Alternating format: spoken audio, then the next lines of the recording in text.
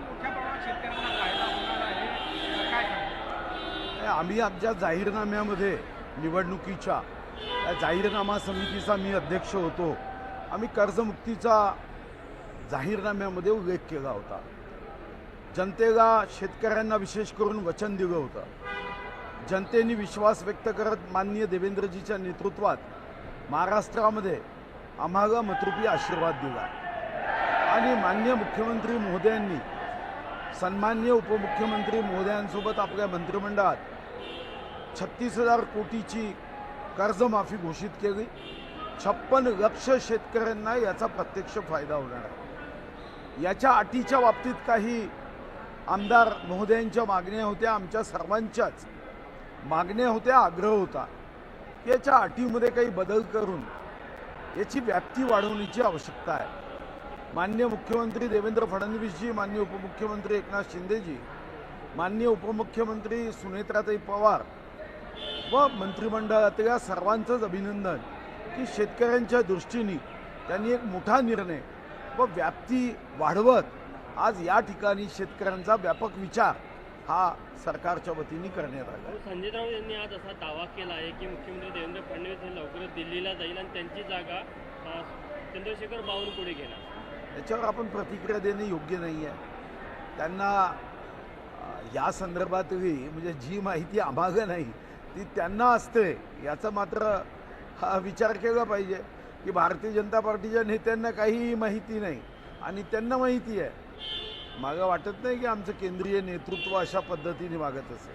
रोहित पवारांनी वेगळा दावा केला. त्यांचं म्हणणं आहे की केंद्रातला जो मंत्री आहे महाराष्ट्रातला मोठी ताकदवर त्यांना महाराष्ट्रात अंदाज येईल. मी आपल्याला तेच सांगतोय की राज्यामध्ये कारण नसताना अस्थिरता निर्माण व्हावी या दृष्टीने असे वक्तव्य केले जातात. सावरकरांना भारतरत्न देण्याची आपण काल पुन्हा एकदा मागणी केली. मी विधानसभेत ठराव मांडला 5 मार्चला आणि 5 मार्चला ठराव मांडताना मग शासनाच्या वतीने आश्वासन दिलं गेलं होतं. इंग्रजांनी तर त्यांना यातना दिल्या, पण ज्यांच्या विचारावर आम्ही राजकारणामध्ये भारतीय जनता पार्टीमध्ये काम करतोय आज त्यांच्या ठरावालाही 2 अधिवेशन जाणं योग्य नाही. आणि मी सांगितलं की याच्यानंतर माझी अपेक्षा होती ज्या पक्षाचा झेंडा मी हाती घेतला तो स्वातंत्र्यवीर सावरकरांना नमन करणारा आहे. आमचे नेते देशाचे कणखर गृहमंत्री अमित भाई अनेकदा स्वातंत्र्यवीर सावरकरांच्या विचारांचा उल्लेख करतात. आम्हाला फक्त ठराव करून केंद्राकडे पाठवायचा होता आणि 19च्या जाहीरनाम्यामध्ये आम्ही याचा उल्लेख केला आहे. अर्थसंकल्प केलेला आहे की पुढच्या शनिवारी नागपूरमध्ये उद्धव ठाकरे रामरक्षा स्तोत्र पठण करून आंदोलन करणार आहे. एका प्रकारे संघाला, गडकरींना आणि फडणवीसांना ते इशारा देणार आहे. मला वाटतं असं कोणी नागपूरला येऊन काही रामरक्षा पठण केलं तर इशारा आहे.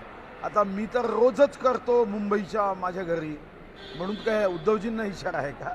पण काय विरोध आहे? रामरक्षा म्हणतं चुका आहे, कदाचित त्या चुका ज्या आहे ते प्रभू राम क्षमा करण्याची शक्ती दे. सोयाबीन जी आहे ती बऱ्याच जिल्ह्यांमध्ये उगवलंच नाही, शेतकऱ्यांची मोठी फसवणूक झाली, त्यामुळे चंद्रपूर जिल्हा पण नाही. असं आहे की साधारणतः सोयाबीनच्या बाबतीमध्ये दुर्दैवाने आपलं राज्य बियाणं बनवण्यामध्ये मागे आहे.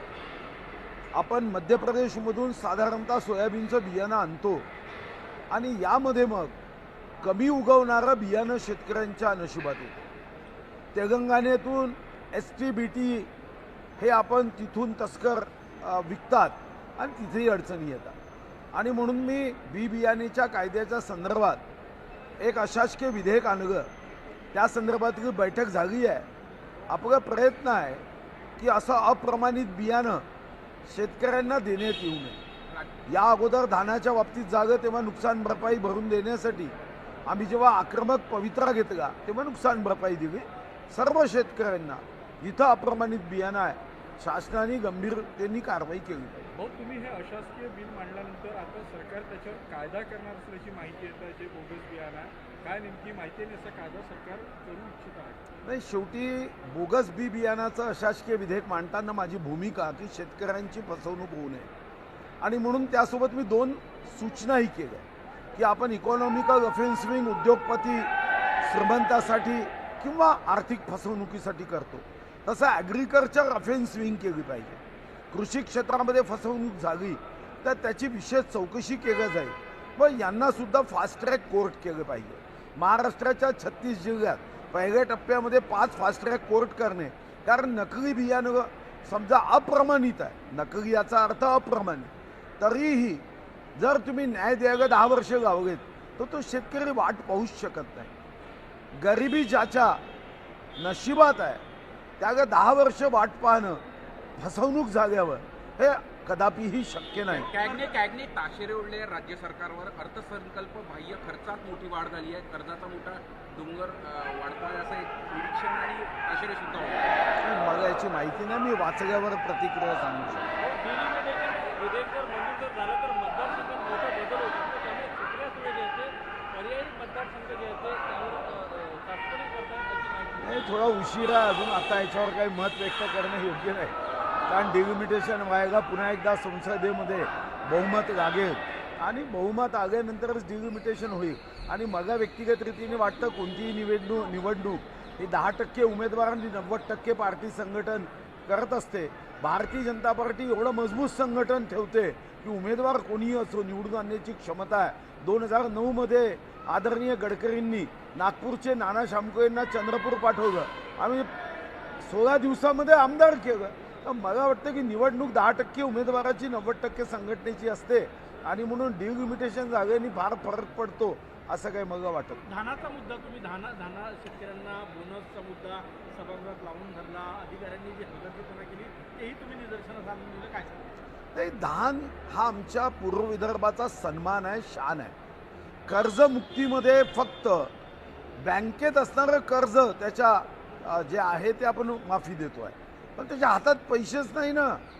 धानाचा लागणारा लागवडीचा खर्च आणि धान विकून येणारं उत्पन्न, 1 एकरच्या मागे धानाचा शेतकरी 4 ते 5 हजार रुपये फक्त कमवतो. आणि 2013मध्ये काँग्रेस सरकारने बोनस सुरू केलं आणि ते आम्ही बंद करणं हे योग्य नाही आहे. आणि म्हणून माझी आग्रही भूमिका राहिली आहे की साधारणतः आम्ही 22,000 कोटी रुपये महिन्याला कर्मचाऱ्यांच्या पगारासाठी देतो, ते दिले पाहिजे, पण धानाच्या बोनसचा विचार अतिशय गंभीरपणे करा.